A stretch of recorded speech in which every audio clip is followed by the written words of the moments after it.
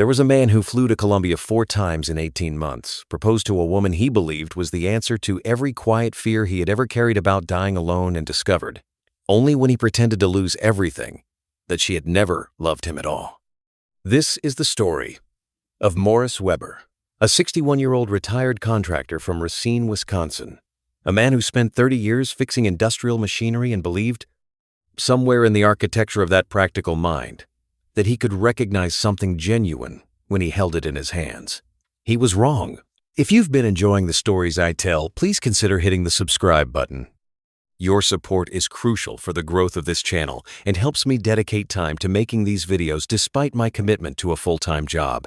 Thank you for being here. Morris Weber had the kind of retirement that looked correct from the outside.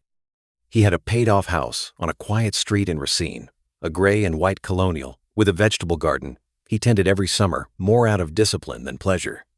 He had $340,000 in savings, a steady pension from his 31 years as an industrial equipment contractor, and a truck that started every morning without complaint. He had a brother in Minneapolis he called on Sundays. He had a doctor who told him his blood pressure was manageable, and his heart was in reasonable shape for a man his age. What Morris did not have, and what no balance sheet could record, was anyone to come home to.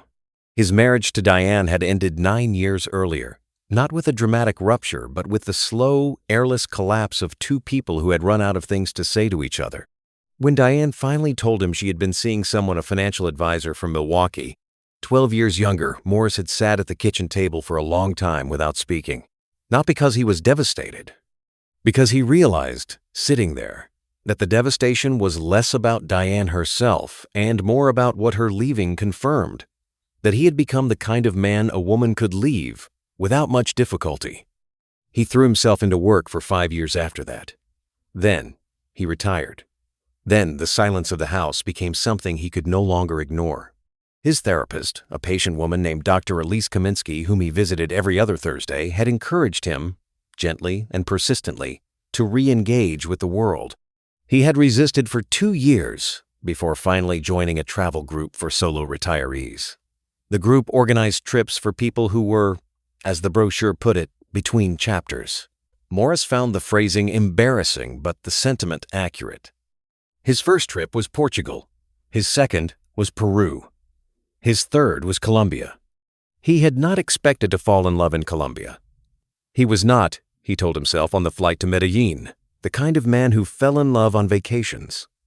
He was a practical man, a careful man, a man who read the fine print. He arrived in Medellin on a Thursday evening in late spring, the city spread below the plain like a circuit board of lights tucked into a valley of dark mountains. The air, when he stepped outside the terminal, was warm and carried something floral he couldn't identify, something that had no equivalent in Wisconsin.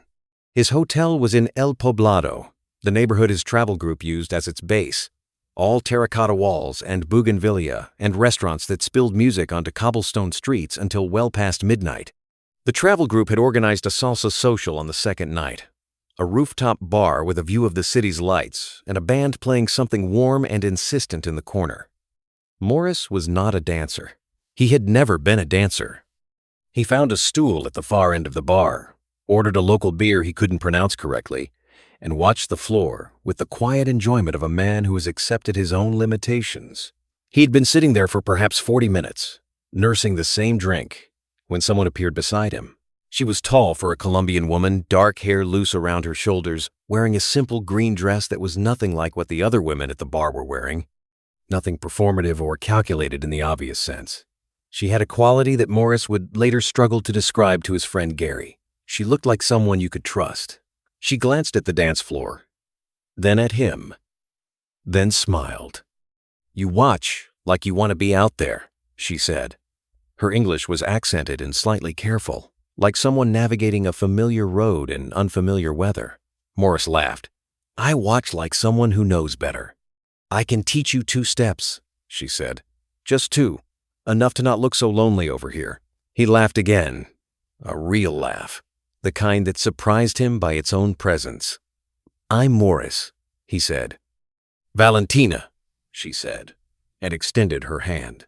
Her name was Valentina Rios Castillo. She was 29 years old, raised in Itagüí, a working-class municipality pressed against the southern edge of Medellin. She described herself as a freelance event coordinator and part-time English tutor. She was warm in a way that felt unperformed.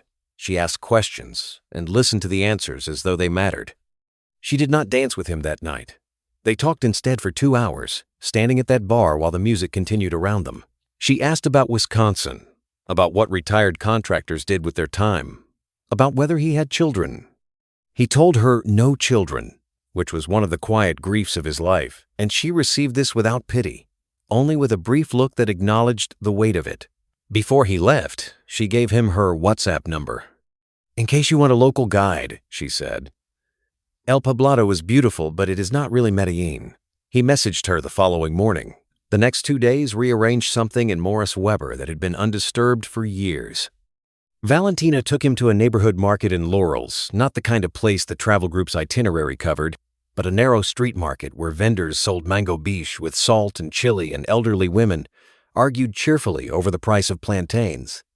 She translated menus for him, laughed without condescension at his pronunciation attempts, and ate with the uncomplicated appetite of someone comfortable in their own skin. She told him, over a lunch of bandeja paisa at a small family restaurant, that she had a daughter, 7 years old, named Sophia. Her daughter's father had left before Sophia's first birthday, not dramatically, she said, just gradually, the way some men leave, until one day the absence became permanent. "I don't say this for sympathy," she added quickly. "I say it because I am careful with men now, for her sake." Morris found himself nodding. "That's responsible," he said. "It makes me slow," she said. "Some men don't like slow." He did not tell her that slow was exactly what he needed. He thought it instead, and the thought settled in him like something he had been waiting a long time to feel. On his last evening before rejoining the travel group's departure, they walked along a tree-lined street in El Poblado as the city cooled around them. She did not try to extend the evening. She did not suggest he stay longer. She hugged him at the corner where their paths diverged, briefly and warmly, and told him to travel safely. He lay awake in his hotel room that night, cataloging everything about her that seemed real. She had not asked him for a single thing. The first month after Morris returned to Racine existed in 2 registers simultaneously. In the visible register, he resumed his routine: the vegetable garden, the Sunday calls to his brother Dale, the bi-weekly sessions with Dr. Kaminsky, occasional dinners with Gary Bauer, his closest friend, and a retired cop from Green Bay who had known him since they were both coaching youth baseball in the 90s. His life looked unchanged. In the invisible register, everything had shifted.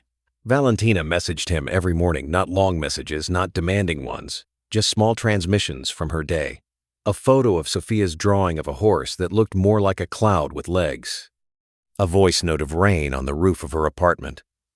A question about whether Wisconsin winters were as brutal as she had read. The messages had the texture of someone thinking of him, not performing the act of thinking of him.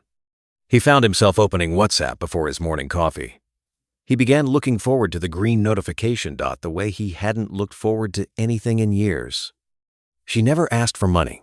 In the first month, she never alluded to difficulty or need. When he sent her a photo of his garden, she said it was beautiful and asked if he had grown those tomatoes himself. When he mentioned the pension and the savings, in passing, not boasting, just providing context about his retirement, she said simply that it was good he had worked hard and could rest now. He mentioned her to Gary during a fishing trip 3 weeks after returning. Gary, who had spent 30 years reading people across police interview tables, put down his rod. "How old is she?" he asked. Morris told him. "How old are you?" "I know the math, Gary. Has she asked you for anything?" "No." "That's what I'm telling you." Gary was quiet for a moment. "Then she will." Morris dismissed this as cynicism, the professional distortion of a man who had spent too long looking for the worst in people. Gary let it go. He did not push. He only said, before they loaded the truck to drive home, "Just move slow, Morris." Morris was already moving fast. He just didn't know it yet. 6 weeks after his return to Racine, Morris booked a second flight to Medellin. He told himself it was logical. He had been planning to return to Colombia regardless. He liked the city, liked the climate, wanted to see more of the country. The fact that Valentina was there was, he told himself, a secondary consideration. He did not believe this, but it was a comfortable story. She met him at the airport with Sophia. He had not expected the child to be there. When he came through the arrival's doors and saw Valentina standing with a small girl who had her mother's dark eyes and a hand-drawn sign that said, "Welcome Morris," in uneven letters, something happened in his chest that he would later describe, inadequately, as being ambushed by his own emotions. He crouched down to Sophia's level. She regarded him with the frank assessment of a 7-year-old. Then she handed him the sign. "I made it," she said in Spanish. Valentina translated. He thanked her with the 6 Spanish words he had learned specifically for this trip. That weekend, Valentina took him to Doña Carmen's apartment, a small, immaculate place in Itagüí with a plastic-covered dining table and religious icons arranged along one wall with the care of a small altar. Valentina's mother was a compact woman in her late 50s with gray-streaked hair and the bearing of someone who had worked hard for every quiet thing she owned. She spoke no English. She served Morris bandeja paisa and kept adding food to his plate regardless of how he gestured that he was full. She said something to Valentina that made Valentina look at the table. "She says you have kind eyes," Valentina translated. "She says Valentina is lucky." Doña Carmen patted his hand. Morris drove back to his hotel that night feeling something he had not felt since long before his marriage ended, that he was exactly where he was supposed to be. By the end of the second visit, something had been agreed between them, not formally, not with explicit declarations, but in the way that two people sometimes arrive at an understanding through accumulated proximity. They were together. He was returning. They would see where this led. He proposed a simple arrangement before his flight home. He wanted to help her, not as a transaction, not as charity, as a partner. He wanted her life to be easier. He asked if she would allow him to help with her rent. She said no, immediately, without hesitation. He persisted over the following weeks, gently, until she said, with the reluctance of someone accepting help they believe they do not deserve, that perhaps just a deposit on a better apartment, for Sophia's sake, would be a kindness she could accept. The first transfer was $12,000. Esteban Murillo Vega, the man Valentina had been with for 4 years, who lived across the city and whose name Morris would never know, received the majority of it within 48 hours. The mechanics of what Valentina Rios Castillo did to Morris Weber were not crude. They were not the obvious maneuvers of an amateur. They were patient. They were layered. And they were devastatingly well calibrated to the specific architecture of his loneliness. She had identified within their first 2 days together the precise shape of what Morris needed. He needed to be a provider not financially, not primarily, but existentially. He needed to matter. He needed a role. His marriage had collapsed, in part because Diane had not needed him, had been competent and independent and emotionally self-sufficient in ways that had, over 22 years, made him feel not supported but superfluous.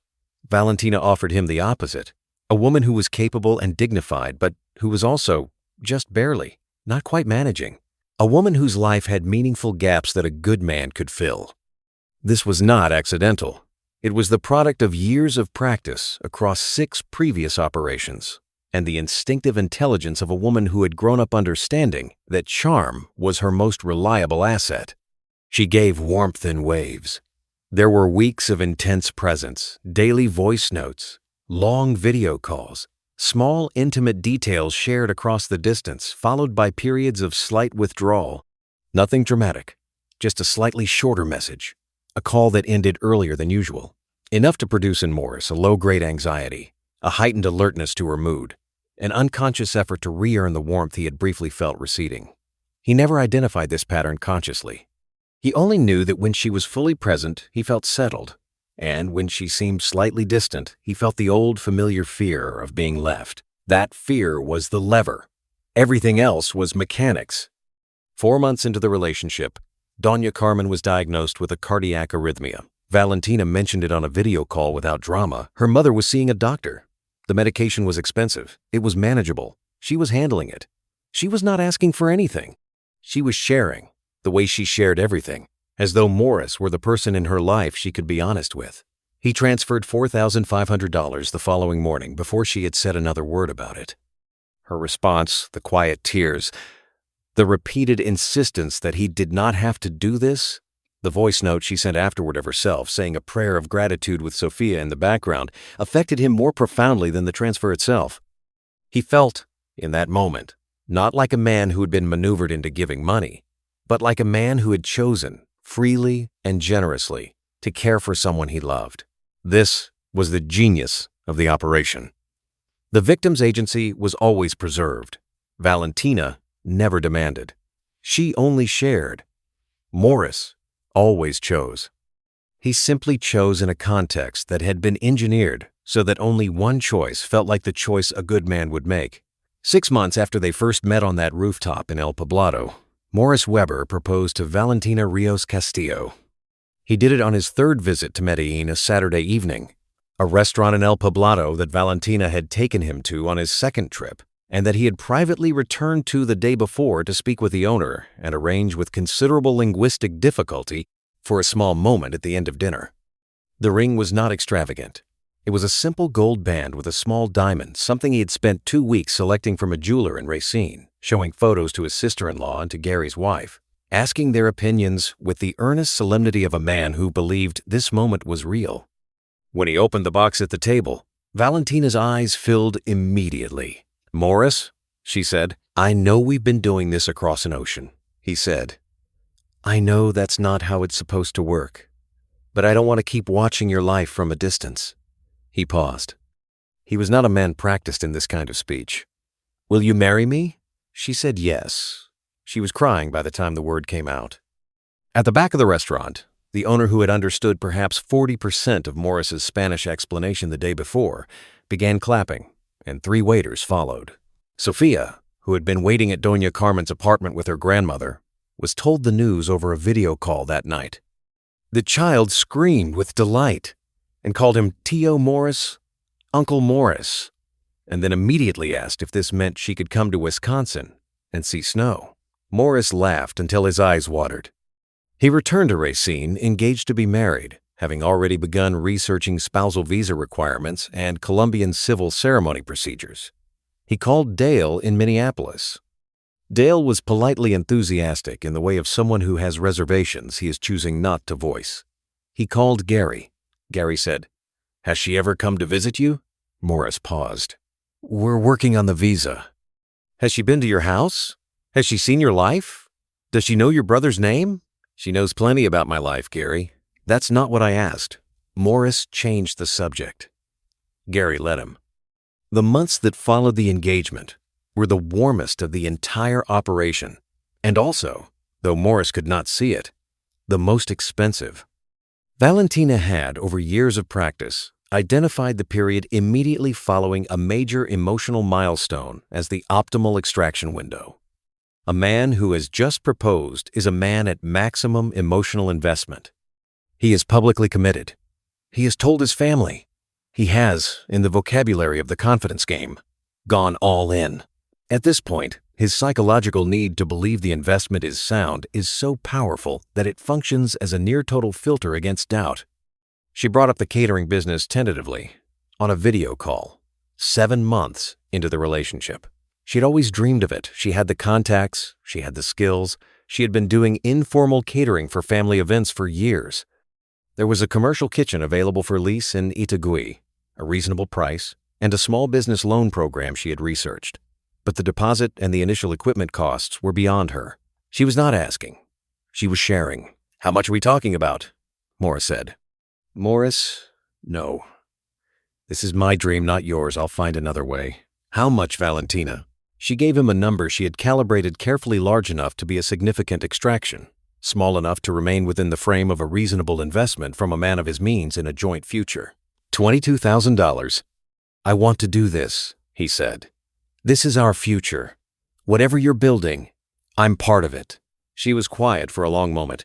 When she spoke, her voice was careful. "You are the most generous man I have ever known," she said. He transferred the money over 3 days, in 2 installments. No business was ever registered. No kitchen was ever leased. The funds moved through 2 accounts in under a week and disappeared into channels Morris would never trace. He asked, over the following months, for updates on the catering venture. There was always a reason for the delay. A problem with the commercial lease, a permit that was taking longer than expected, a supplier who had not come through. Each explanation was plausible. Each came with a slight expression of embarrassed frustration from Valentina, as though she too were disappointed.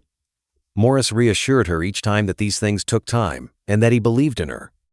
By the 9th month of the relationship, Morris Weber had transferred $79,000 to Valentina Rios Castillo across wire transfers, Western Union payments, and 2 direct cash deliveries during his visits to Medellin. He had no idea. He kept no running total. He did not sit down and calculate the accumulated transfers, because doing so would have produced a number that demanded a response. And some part of him, the careful, practical man who read fine print on contracts, knew that the number would be large enough to be frightening. So he did not add it up. He processed each transfer individually as a discreet act of generosity toward the woman he loved and the family he was about to join. This is not stupidity.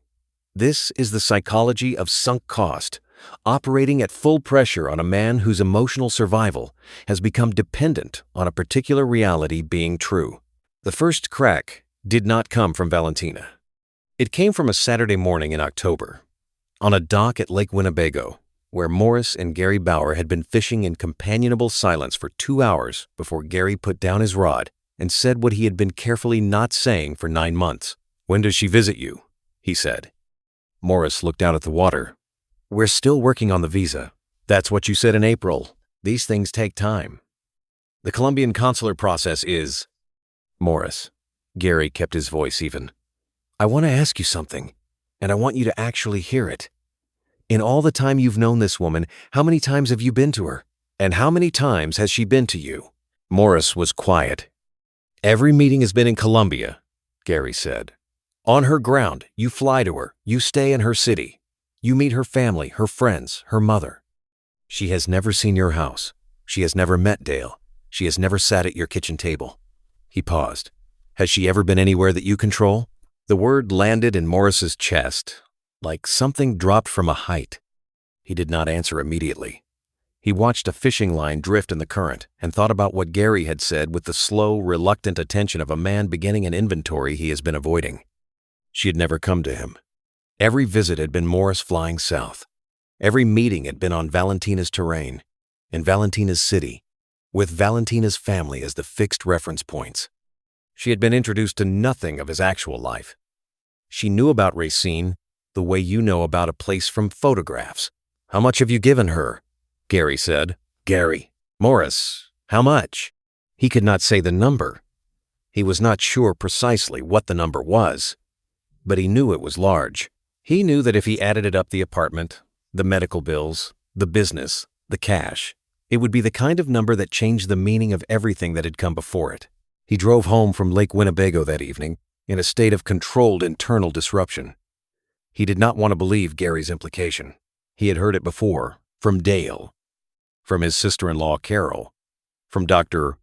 Kaminsky, who had asked careful questions about the financial dimension of the relationship in a way that he had deflected with patient determination.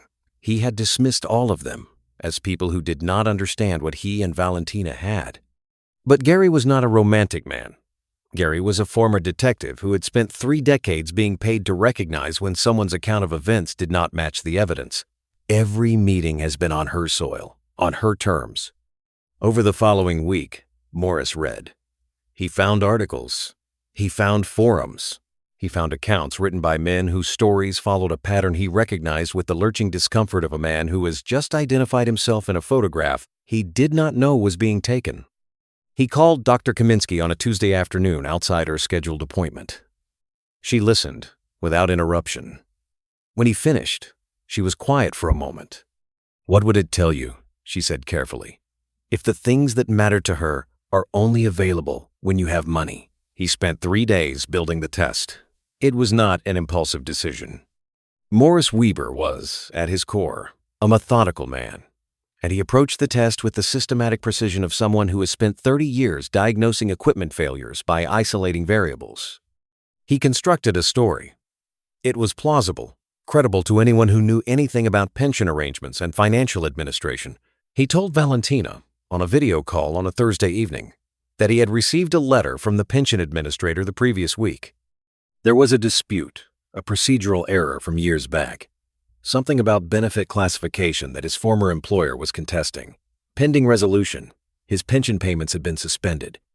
The legal fees were significant. His savings were not gone, but they were largely committed to managing the dispute. For the foreseeable future, he was, effectively, operating on a very tight budget. He watched her face as he said it. There was a pause of perhaps 3 seconds, brief enough that an inattentive observer would not have noticed it, long enough for Morris, who was watching with the full attention of a man whose future depended on what he saw, to register something shifting behind her eyes. Not concern. Something more like recalculation. "That's terrible," she said. "You must be so stressed." "I'm managing," he said. "It just means I need to be more careful for a while. No big expenses." "Of course," she said. "We'll figure it out together." She was warm for the rest of that call. He almost second-guessed himself. But the days that followed told the story Gary had suspected, and Morris had feared. In the first week, the voice notes became shorter. Not dramatically. Nothing that could be pointed to as proof of anything, just slightly compressed, as though the elaboration that had always been part of her communication was being quietly dialed back. The video calls became less frequent. Twice, she canceled with explanations that were vague. In a way, her explanations had never been vague before. Sophia disappeared from the calls entirely. In the second week, Valentina mentioned in passing that she had been very busy with a new event coordination client. She seemed distracted. When Morris asked about the catering business, she changed the subject with a smoothness he had previously read as confidence and now read differently. By the third week, her messages were arriving in the late afternoon instead of the morning. Sometimes, not at all. Morris sat with this evidence in the same way he had sat with equipment diagnostics for 30 years, not rushing to a conclusion, but letting the pattern declare itself. He kept his responses warm. He did not introduce the subject of money. He did not press. He only watched. 4 weeks after the conversation about the pension dispute, Valentina sent a message at 11 in the evening Medellin time. It was long. It was carefully written. The English was better than her usual, as though it had been drafted and reviewed. She said that she had been doing a great deal of praying. She said that she loved him, and always would. She said that she had not been fully honest with herself about what she could offer him, and about what Sophia needed in a father figure, someone stable, someone present, someone without the financial uncertainties that life sometimes brought. She said she felt that God was redirecting her path. She said she hoped he could understand. She said she wished him every happiness. She did not mention money. She did not need to. Morris read the message twice.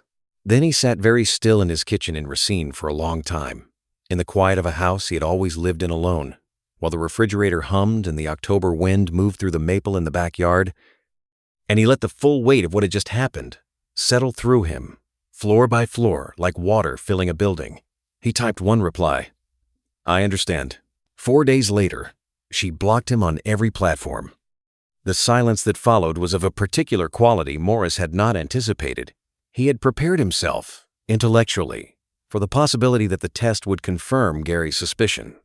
He had told himself that if the exit came swiftly after the fiction of financial difficulty, he would be able to receive it with a kind of grim composure, the satisfaction of a man who has diagnosed a problem correctly, even if the diagnosis is catastrophic. What he had not prepared for was the grief. Not primarily the grief over Valentina, though, that was present, and it was real, regardless of what she had been, but the grief over Sophia. He had a photograph on his refrigerator. Sophia had given it to him on his third visit, a drawing she had made of the two of them standing in front of what she had labeled, in her careful 7-year-old lettering, Wisconsin, a building that looked like a barn with snow on the roof. He had stuck it to the refrigerator with the same magnet that had held Diane's grocery list for 22 years, and he had looked at it every morning when he made coffee, and he had felt, looking at it, that he was building something that mattered. The girl was real. Whatever her mother had done, Sophia had not done it. She had climbed into his lap on his 4th visit and fallen asleep there while Valentina made coffee in the kitchen, and the weight of the sleeping child had felt like the most specific kind of privilege. That was over now. Not because Sophia had chosen anything. Because Sophia had been, without her knowledge or consent, a tool, the most effective element in an operation designed to extract as much as possible from a lonely man who wanted to believe he was loved. This thought the image of the child being used, the child who had known nothing, was the one that Morris could not put down. He could rationalize away the money. He had made choices with full agency. He had been manipulated, but he had also been willing, and there was a kind of dignity, however painful, in acknowledging his own role in what had happened. But Sophia had not chosen to be a prop. Sophia had only been a child who had drawn a picture of Wisconsin with snow on the barn. He called Gary 2 days after the final message. "She's gone," he said. Gary said nothing for a moment. "I'm sorry, Morris. The test worked. You were right." "I know." Gary's voice was careful. "I'm still sorry. How much do I tell Dale?" "As much as you can stand." He called Dale that Sunday the regular call, the one that had been a fixed point in his week for 20 years, and told him everything. Dale was quiet for a long time. Then he said, "How much?" When Morris finally sat down with his bank records and his Western Union receipts and the 2 cash figures he had to reconstruct from memory, the number assembled itself with the terrible clarity of a balance sheet. Approximately $79,000 across 18 months. Nearly a quarter of everything he had saved. "Jesus, Morris," Dale said softly. "I know. Are you going to be okay?" Morris looked at the refrigerator, at the drawing, at the small barn with snow on the roof that a 7-year-old had made for a man she called T.O. Morris. "Eventually," he said. In the weeks that followed, Morris Weber did what practical men do with damage they cannot undo. He documented it. He filed a report with the FBI's Internet Crime Complaint Center, walking through the timeline with the methodical patience of someone who has written a great many incident reports. He contacted the U.S. Embassy in Bogota, where a consular officer, a tired-sounding man who had clearly heard variations of this story before, took down the details and told him that identifying the perpetrator would be extremely difficult and prosecution essentially impossible given jurisdictional limitations. He gathered everything he had, the WhatsApp conversation history, the wire transfer records, the photos, the voice notes, and organized it into a folder that he labeled, with characteristic directness, Valentina Evidence. He did not know what he would ever do with it, but having it organized felt like a form of control in a situation that had been defined entirely by his lack of it. He returned to Dr. Kaminsky, not bi-weekly now, but weekly. She did not tell him she had warned him. She did not engage in any form of retrospective judgment. She simply helped him sit with what had happened and begin the slow work of understanding why he had been susceptible to it, not to assign blame, but because a man who doesn't understand his own vulnerabilities tends to walk into the same room twice. What Dr. Kaminsky helped him understand was not comfortable, but it was precise.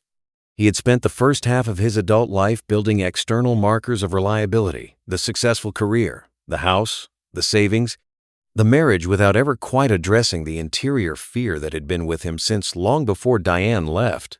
The fear that at the core of him, stripped of the things he had built, there was nothing particularly worth staying for. Valentina had targeted this fear with the accuracy of someone who had done it before. She had offered him a role protector, provider, patriarch that felt like it answered the fear.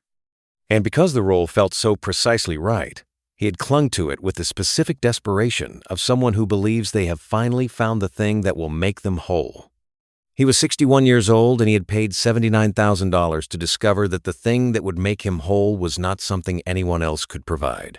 This was not a comfortable lesson, but it was, Dr. Kaminsky told him gently, a real one. The financial recovery was slower than the emotional one, and the emotional one was not fast. Morris's retirement timeline shifted. The consulting work he had put behind him, industrial equipment assessment, the kind of specialized evaluation that companies paid well for when they were acquiring or auditing, came back out of storage. He contacted 2 former clients in the spring. Both were glad to hear from him. He worked through the following summer on a part-time basis, not because he was desperate, but because rebuilding the quarter of his savings that was gone gave him a forward direction at a time when forward direction was what he needed. The house remained paid off. The pension dispute was fictional. The pension continued. He was not ruined, and he recognized, without vanity, that this was partially luck. Men had lost more. Men had lost everything. He had read enough accounts in the forums he eventually found to know that his losses, though significant, were not the worst possible outcome of the kind of operation Valentina had run. The forum's online communities of men who had been through similar experiences were both a comfort and a sorrow. There were hundreds of accounts. Different countries, different scammers, different names and photographs and backstories, but the same architecture every time. The targeted loneliness, the manufactured intimacy, the patient escalation, the staged family, the financial extraction, the clean disappearance.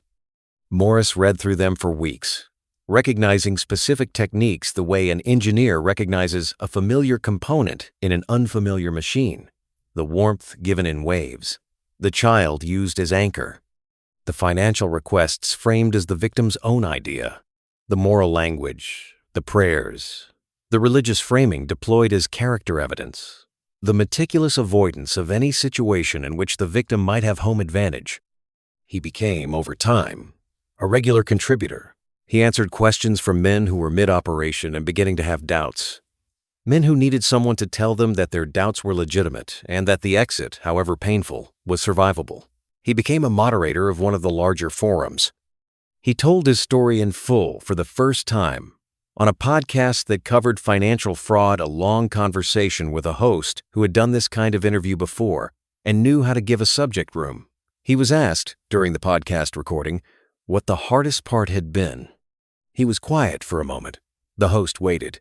"The little girl," he said finally. "Not the money, the little girl." He explained what he meant. How the child had been real. How the attachment he had formed was real. How the grief of understanding that Sophia had been used as a mechanism, had been positioned in his life with the deliberateness of a piece on a board, was a different kind of grief from anything else in the experience. The money was a number.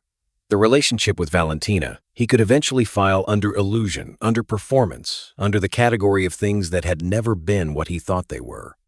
But the sleeping child in his lap on that fourth afternoon in Medellin, that had been real, in the sense that Sophia had genuinely been there, genuinely been warm, had genuinely drawn that picture of Wisconsin with the barn in the snow. The cruelty of that particular technique was its use of something innocent to produce something true in the victim, and then its erasure of both. 18 months after Valentina's final message, Morris Weber was 63 years old, living in the same house in Racine, tending the same vegetable garden, driving the same truck that started every morning without complaint. He was different in ways that were not visible from the outside. He had paid for a lesson that most men are not willing to admit they needed. He understood now, with a clarity he had not possessed before Medellin, the specific contours of his own need, the fear of irrelevance, the confusion of being needed with being loved, the willingness to over-invest early in relationships that offered him a role. He did not congratulate himself for this understanding. He had paid too much for it, but he held it carefully, because it was the only thing of value that the entire episode had produced. He traveled again, eventually Portugal again, which he had loved, and then Morocco, which surprised him. He met people. He was careful in ways he had not previously been capable of being. He verified what he could verify. He moved at the speed of evidence rather than the speed of feeling. He thought about Sophia sometimes. He hoped the girl was well. He hoped she was, somewhere in Itagüí or wherever Valentina had moved on to, drawing pictures and learning to read and growing into a life that had nothing to do with what her mother used her for. He had no way to know. He could only hope. Gary came up to Racine in the spring, drove the 4 hours from Green Bay as he did every year, and they fished Lake Michigan from a charter boat and argued about the Packers and ate badly at a diner on the way home. And Morris felt, sitting across from his oldest friend in a booth with cracked vinyl seats, something that was not happiness exactly, but was adjacent to it, the ordinary warmth of a real life, populated by people who actually knew him, lived at a pace that could not be scripted. "You doing all right?" Gary asked over coffee. "Yeah," Morris said. And then after a moment, "I think so." Gary nodded. He did not press. That was the thing about real people, Morris had learned. They asked the question, and they heard the answer, and they let you mean what you said, without requiring you to mean anything larger or more resolved than you actually felt. The drawing of Wisconsin was still on the refrigerator. He had taken it down once, held it for a long time, and put it back. He wasn't sure what it meant to keep it there. He suspected it meant that he was human, that he had loved something that turned out to be a lie, and that the feeling itself, the warmth of that particular afternoon with a child who had fallen asleep in his lap, was not made false by what surrounded it. It had simply been a moment, a real moment inside a fabricated story. He kept the drawing because taking it down felt like agreeing that the moment had never happened. And it had happened. That was the part that could not be taken from him.